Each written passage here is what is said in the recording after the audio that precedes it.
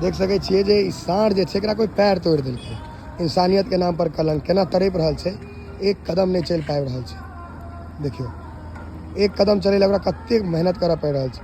ई जे केओ कऽ रहल छथि एहन काज इंसानियत के नाम पर कलंक छथि एकदम। कोई जे केओ की कऽ लेने हेतै, बड़ सँ बड़ फसल खा लेने हैत अहाँके, या मतलब वएह फसले खाए हैत ने, घासे तास खाइ छै, धान खा लेने हैत कनि मनि। लेकिन देखियौ चलल नहीं भरल छै, कनि रुकल छै।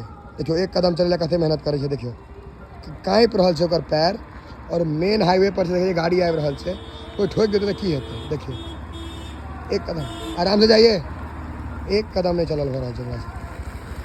सिंगल कदम जो चलते, देखियो कते काँपि रहल छै पैर, देख सकै छी। हम हालांकि रोड क्रॉस करवा दै छियै एकरा, देखिए जाइए ना, जाइए निकालिए, ट्रक वाला के रोकवा पड़े। देखियो हाँ जे केओ केला है, मतलब इंसानियत के नाम पर कलंक छै। जे केओ गोटा मनुष्य के नाम पर एहन कलंक छी। हमर हाथ जोड़ के विनती है जे एना नहीं करियो। कनी मनी फसल खा लेते तो ओहिसँ ओकर जिंदगी नहीं खराब करियो।